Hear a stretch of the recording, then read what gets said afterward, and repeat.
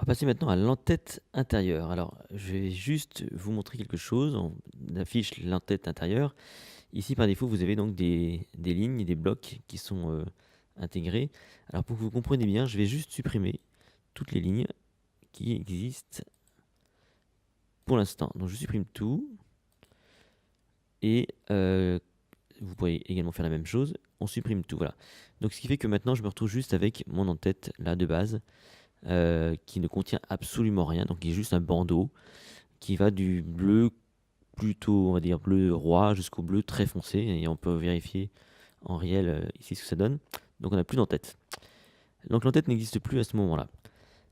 Donc, ce que vous avez à faire maintenant, donc vous retournez sur en-tête intérieure. Et ce que vous devez créer dans cet espace-là, ce sont des lignes dans lesquelles vous allez intégrer donc des colonnes et des blocs. Je m'explique. Admettons que j'ai envie d'avoir dans mon en-tête sur la partie gauche mon logo et on va dire sur la partie le reste, on va dire un slogan ou un logo à gauche, un slogan au milieu et les réseaux sociaux à droite. Admettons qu'on choisisse ce genre de configuration. Dans ce cas-là, ce que je vais faire, c'est que je vais ajouter une nouvelle ligne comme ça. Et par défaut, on met donc deux colonnes égales avec une hauteur de 200 pixels. Alors pour l'instant, vous pouvez jouer avec ce genre de... Vous pouvez vous amuser effectivement à grossir. Hein, on voit en direct ce qui se passe. La hauteur donc de cet espace. Bon, là je vais mettre au minimum, par exemple ici, à 20. Et par défaut, j'ai deux colonnes égales. Moi, j'aimerais avoir dans mon en-tête, donc comme je vous le disais, plutôt trois colonnes. Trois colonnes, on va dire, trois colonnes qui seraient égales, comme ceci. Voilà. Donc on a trois colonnes qui vont être égales, mais pour que ces colonnes puissent être, on va dire, pour qu'on puisse les utiliser, on va donc ajouter pour chaque colonne un bloc. Donc on va ajouter trois blocs. Je clique une fois, je clique deux fois, on les voit apparaître en direct là, et je clique trois fois. Donc j'ai maintenant mon en-tête avec trois colonnes égales dans laquelle il y a donc un bloc. Vous allez vite comprendre à quoi ça sert.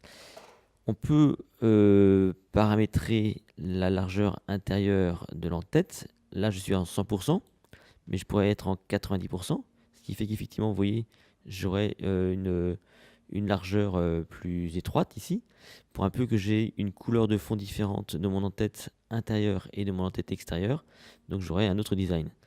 Moi, j'aime bien avoir une en-tête qui fait 100%, donc c'est plus sympa. La couleur du texte, on y reviendra plus tard. La marge interne, c'est-à-dire que la marge interne, c'est intéressant si vous avez peut-être un slogan pour pas qu'il colle trop, on va dire, au bord. On peut imaginer que sur la partie gauche, on ait une marge qui soit, regardez, un petit peu plus prononcée. Voilà, ce qui fait que ça décale les blocs d'un côté ou de l'autre. Donc on peut comme ça resserrer si vous voulez. Si on met 18 là et si on met 18 là, hop, voilà, on a quelque chose d'assez cadré. Donc, vous jouez à nouveau avec ces curseurs. La position de tout ça, vous pouvez choisir effectivement de mettre ces blocs au centre comme ceci, ou sur la partie droite, ou sur la partie gauche, etc. etc. Par défaut, moi je préfère mettre ça au centre, ici, on est vraiment bien centré. Les bordures, vous pouvez avoir envie d'avoir des bordures pour tout ça. Et le fond, écoutez, moi je ne mets pas de fond à partir du moment où j'ai décidé de mettre un fond dans l'entête extérieure et que cette entête extérieure fasse 100% de la page. Maintenant, vous pourriez très bien faire ce qu'on disait tout à l'heure, prendre une largeur de 90% par exemple, ici, d'avoir un fond à plat, peut-être, je sais pas moi, on va faire un truc qui tranche bien, bleu comme ça, et ça nous donnerait donc ce genre de configuration. Bleu foncé ici en dégradé et à l'intérieur donc un espèce de bleu turquoise. Bon, c'est pas très joli, donc je préfère enlever ce fond. Je l'enlève. La couleur du texte, c'est pareil, c'est lorsque vous écrivez du texte, mais là il n'y en a pas pour l'instant, donc je ne vais pas vous montrer. Donc les blocs, alors comment ça se concrétise tout ça? J'ai donc créé une première ligne.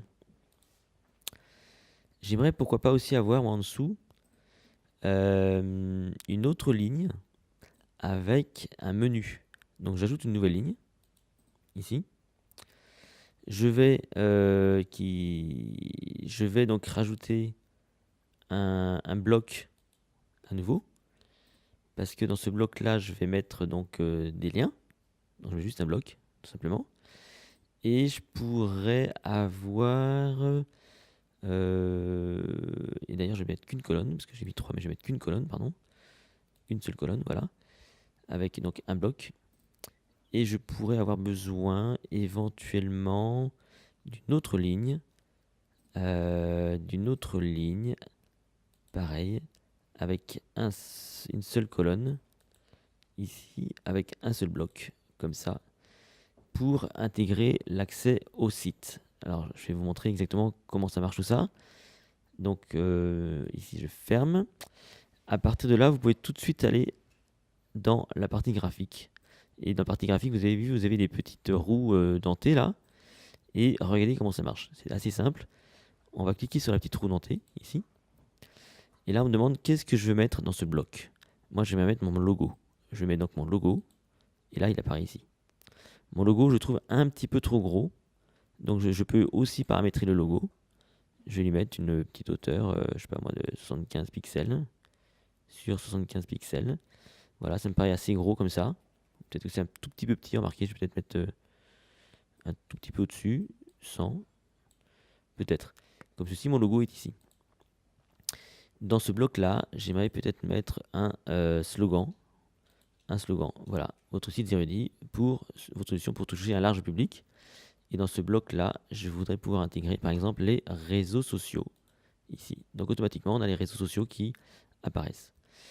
Ici, j'aimerais mettre un menu. Ici. Donc, je clique là. Et je vais sur menu. Et donc, par défaut, on me met un menu. Ici, j'aimerais mettre l'accès au compte. C'est donc mon compte, ici. Donc, ici, mon compte, j'aimerais qu'il ne soit pas forcément au centre. Donc, je vais aller un peu plus loin ici. Et je peux avoir également là ici les paramètres de la ligne. Donc je vais aller ici et je vais donc décider que sa position sera peut-être plutôt ici. Ou même ici. Voilà, plutôt ici. Sur le côté. Et là vous vous rendez compte que c'est collé. C'est collé à la bordure. C'est collé à la bordure, c'est pas très grave quand on est à 90%. Mais quand on est à 100%, c'est un petit peu embêtant. Donc du coup, ce qu'on peut faire dans ces cas-là, si on pense que c'est un petit peu trop collé, on peut jouer sur les marges, donc la marge de droite ici, on peut le décoller un petit peu de la marge et donc le ramener par ici, par exemple. Voilà, donc ici vous avez déjà défini donc une en-tête intérieure qui se tient, on peut voir en direct ce que ça donne. Voilà, c'est pas encore très joli, mais voilà, on commence à avoir une en-tête qui correspond à ce qu'on voulait.